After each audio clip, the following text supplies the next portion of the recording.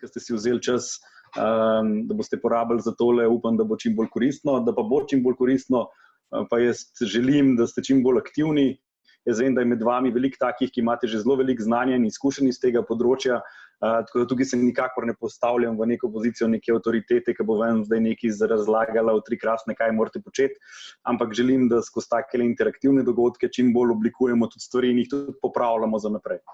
Zdaj stvar bo šla tako, da danes imamo srečanje do 5, vmes bomo imeli eno pauzo ob 15:30 za 15 minut. Danes bomo šli čez metodološke osnove, pa upam, da boste razumeli zakaj. Naslednjič bom probal biti pa čim bolj praktičen, pa bomo poskušali stvari pogledati skozi zelo, zelo konkretne primere, izzive, vprašanja, kaj mentor pravzaprav pomeni biti in tako naprej. Mogoče malo o meni. Jaz sem svojo kariero začel kot asistent na ekonomski fakulteti, kjer sem 15 let učil podjetništvo in vse podjetniške predmete, ki so tam potekali. Se pravi, sem dobil zelo veliko izkušenj za ljudmi, ki so v tej zelo začetni fazi podjetništva, če hočete, ko generirajo neke ideje, pa nekaj testirajo, pa tako naprej. Tam je bil sicer kakšen problemček še z motivacijo, ampak kljub vsemu je bilo zelo veliko enih tega izkušenj z mlajšimi. Potem pa, ko sem šel iz fakultete 3 leta nazaj, ali se ne vem več, koliko je zdaj to bilo, sem se pa veliko bolj dal v svetovalne vode, se pravi, jaz zdaj zelo veliko delam z večjimi podjetji, torej s temi scale-upi in pa z že ustaljenimi organizacijami, kjer probamo vzpostaviti pogoje za nadaljnjo rast, večjo dobičkonosnost in razvoj firm. Zdaj, iz česa to črpam, ena stvar je bila tista akademska podlaga, pa tiste izkušnje, druga je pa, da pač imam svojo lastno firmo, ki se ukvarja z maloprodajo gorniške opreme, ki bubajo, nekateri od vas jo poznate. Nismo neka mega firma ali pa ne vem kaj, ampak imamo 14 poslovalnic v 3 državah, pa 80 ljudi, tako da smo se mogli naučiti vse stvari, ki se jih moraš naučiti, da taka stvar v resnici preživi. Tako da mene, ko me je Blaž prosil, da bi te stvari pripravljal, v bistvu se mi je začel v glavi odzivati problem, ki sem ga imel že prej, ker sem že prej bil tudi mentor kakšnemu podjetju, pa si to delal malo tako po občutku, se nisi toliko zelo spraševal o tem, kaj pravzaprav mentor pomeni biti. Tako da pol je bil v bistvu to ena zelo taka fina prilika, da sem si vzel čas, oziroma takrat sva si še z Blažem Zupanom vzela čas in sva se poglobila v to stvar in sva začela tuhtati, kaj pravzaprav startup mentor pomeni biti. In na prvo žogo to zveni zelo enostavno, ne zveni enostavno, ampak zveni bolj enostavno, kot pa v resnici pravzaprav je. Tako da jaz sem kar nekaj časa in energije porabil v tem, da sem bral, tuhtal, gledal, kaj je zdaj pravzaprav vloga nekoga, ki se to gre, in evo, o tem se bomo zdaj pogovarjali. A je še kakršnokoli vprašanje, preden začnemo zame, kakšen pogled, karkoli, preden skočimo noter in začnemo debatirati o stvareh, ki so na tem področju pomembne? Karkoli, vse v redu? Ok. Torej, zdaj jaz sem tak po svoje analitičen človek, pa začnem vedno, ko dobim, a boš startup mentor, se vedno vprašam najprej o teh, kaj te 2 besedi pomenita. Se pravi, kaj pomeni beseda startup, pa kaj pomeni mentor v resnici. Ker če hočeš biti startup mentor, moraš oboje dobro razumeti. Tako da vam za vas kar eno prvo vprašanje, in sicer vprašanje je, kdo je podjetnik? Kaj to pomeni biti podjetnik v resnici? Kdorkoli naj preklop mikrofon pove, kakršnekoli poglede, ker bomo nekaj časa za to porabili, kaj je pomembno. Ali pa če natipkate, ali pa kakorkoli. Kaj to pomeni, kdo je podjetnik? Po čem se podjetnik loči od druge populacije?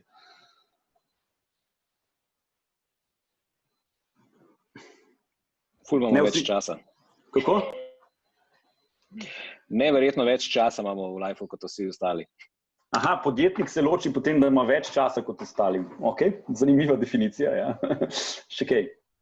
Podjetnik je oseba, ki hoče proaktivno delovati, ima idejo in jo želi preliti v življenje.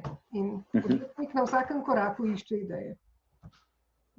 To je nekdo, ki hodi okrog in ves čas išče ideje. Ampak jih tudi zakaj? Ok, jih tudi realizira, samo zakaj? Zakaj to počne?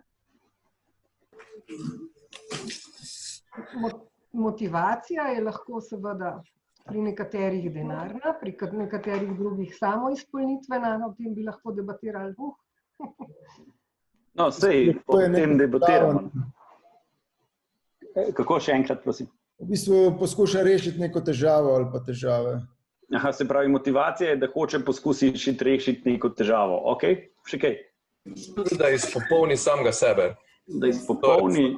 Okay. Ja, ker ni vedno denar, ni drive, ne. Mislim, je, da preživiš, ampak pri marsikomu je kaj drugega.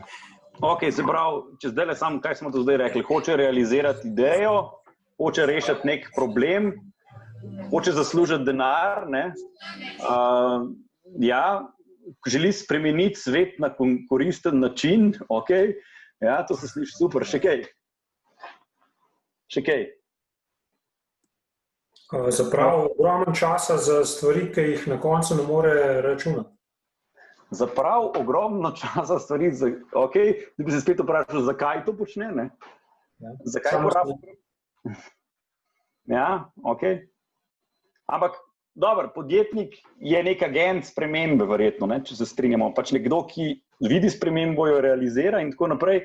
Kaj je njegov motiv pri temu je, it's complicated, ne.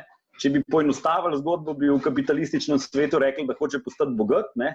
Zdaj pa, če hočemo biti malo bolj ezoterični, pa lahko rečemo, da hoče postati bogat tudi v duševnem smislu, se razviti kot oseba in tako naprej, ne. Tako da, ok, imamo to, ne. Ampak zdaj, če se mi pogovarjamo o podjetnikih, ne, saj verjetno statistike poznate. Jaz se velikokrat hecam, da podjetništvo je resna bolezen, ne. Zato, ker verjetnost, da ti ne bo uspel, ne, je bistveno večje, kot da ti bo uspelo. Zakaj pa to? Zakaj večini ne uspe? Karkoli uspeh pomeni, no? Kakšna ideja? To je veliko dejavnikov, zakaj jim ne uspe. Ena je definitivno vztrajnost. Ok. Vera vase, vera v idejo. Ok. Delo, trdo delo. Pa predvsem odločitev za uspeh. Sej, če ti držiš to, pa lahko uspešni. Karkoli se lotiš.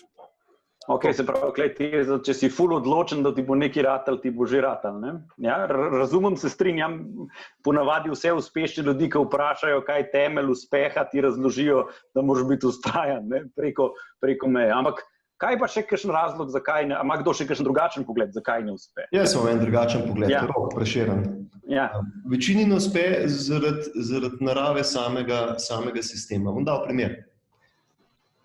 Poglejmo restauracijo v Ljubljani. Če vsem restauracijam v Ljubljani uspe, bomo dobili statično stanje, ki bo vse skozi enako, nespremenljivo bo. In s tem bomo prišli do točke, ki se zadeva ne bo več razvijala. Se ne bo več zadeva razvijala, smo bolj ali manj mrtvi, se pravi, skozi bo vse enako. Zakaj smo pa mrtvi? Zato, ker bo prišel nek dogodek, ki ga ne moremo kontrolirati, ki bo z vsemi temi restauracijami upravil v enem dnevu. Naprimer, COVID-19. Okay? In zato je nujno, če hočemo, da sistem kot celota živi naprej in se razvija, je nujno, da eni deli tega sistema ne uspejo, ker drugače se ne moramo popolnoma nič naučiti, ne moramo popolnoma nič spremeniti, ne moramo se popolnoma nič obraniti nepredvidenih situacij, ne moremo postati kako bi rekel, ne neuničljivi, bolj odporni. Mnogo z moje strani.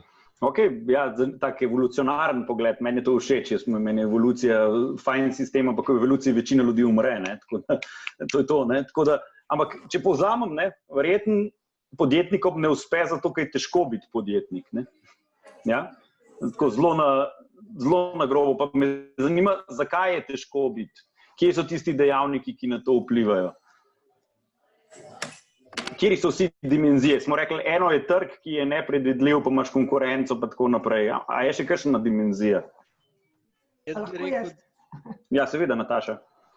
Mislim, da je v bistvu biti podjetnik zahteva eno 360-stopinjsko znanje, da zelo veliko ljudi se tega loti tako solo, ne?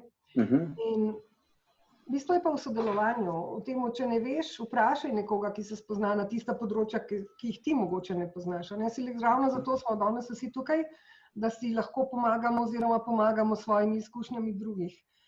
In mislim, da je tukaj ključ. Okay.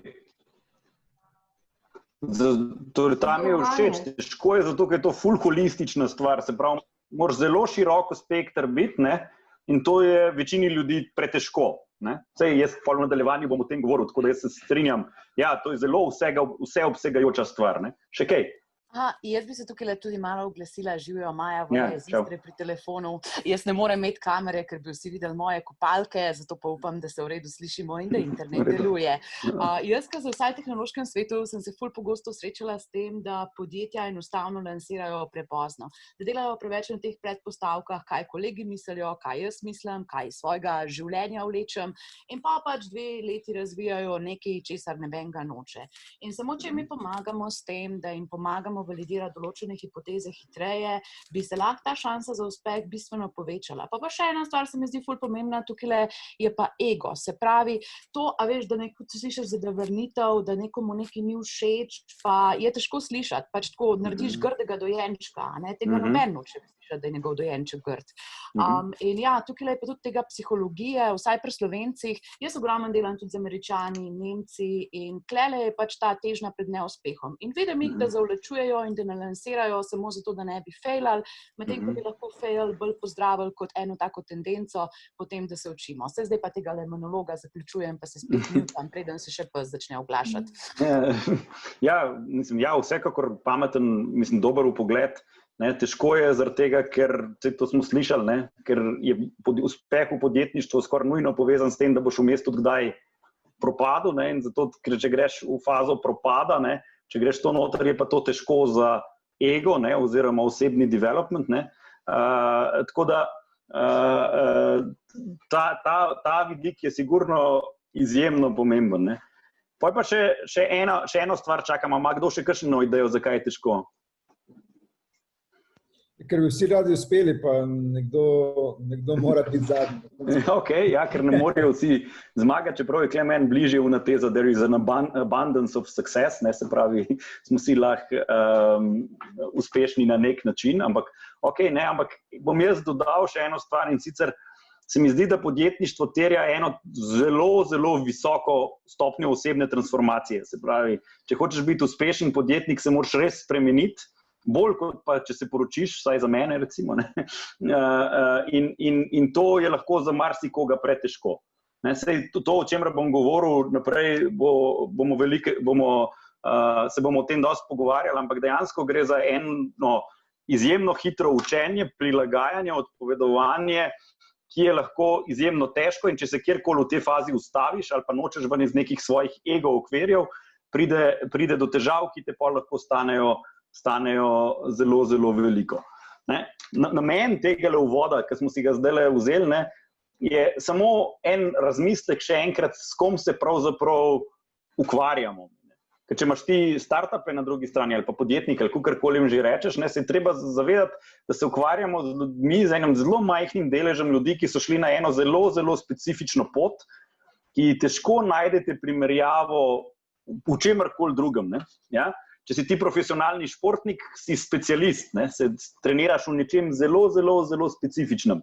Če si podjetnik, moraš biti pa dober v vsem, pa hkrati se razvijati, pa spreminjati, pa prilagajati, pa tako naprej. In ena stvar, zakaj, s tem utemeljujem, zakaj se je smiselno ločeno pogovarjati o startup mentorstvu ali pa o podjetniškem mentorstvu, ločeno od običajnega mentorstva, je zaradi tega, ker so podjetniki posebni. Podjetniki so posebni ponavadi karakterno, predvsem je pa posebna stvar, s katero se pravzaprav ukvarjamo. In ena stvar, ki jo jaz zelo pogosto opažam, potem se bomo še veliko pogovarjali, je, da se mešata dva termina. Eno je strokovna pomoč podjetniku, se pravi, vstopam na nemški trg, rabim nekoga, da mi pomaga vstopiti na nemški trg. To za mene ni mentorstvo, to je za mene strokovna pomoč. Nekdo je strokovnjak za neki, pa ti jaz ti zdam, se 3 ure dobiva, se pogovarjava in potem ti to narediš in se nimava več kaj pogovarjati.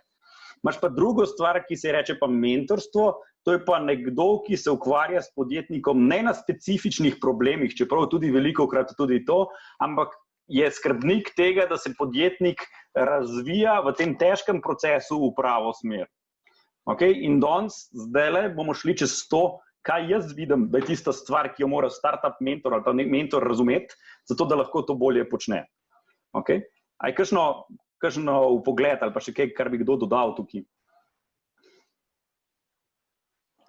Ja, jaz bi mogoče sam še rekla, ful mi je bilo všeč, kar si rekel, pač ni ekspertno svetovanje, ni to agencije, ki delajo svoje storitve prek tega mentorskega programa, ampak ful hitro se pa razvije tudi sovisnost. Kaj hočem reči s tem je, da prelagajo odločitve nate, oziroma na ta odnos je treba ful paziti, a veš, da nisi pol ti tisti, ki jim delaš management podjetja, pa pač tako vsega, kaj morajo oni narediti, ampak da jim predstaviš opcije, da pač tako poveš pluse pa minuse določene odločitve. In klele je kakor pri psihologu, mislim, oziroma psihiatru, a ne vem čem, pač tako ne moramo biti mi odgovorni za njihova podjetja in to mi je treba kristalno jasno povedati, zelo malo in skozi. Ja, danes se bomo sicer, hvala, z vlogami mentorja se bomo ukvarjali več naslednjič, se pa popolnoma strinjam. Ne? Mentor mora biti zelo jasno, kaj mentor počne, česa pa ne.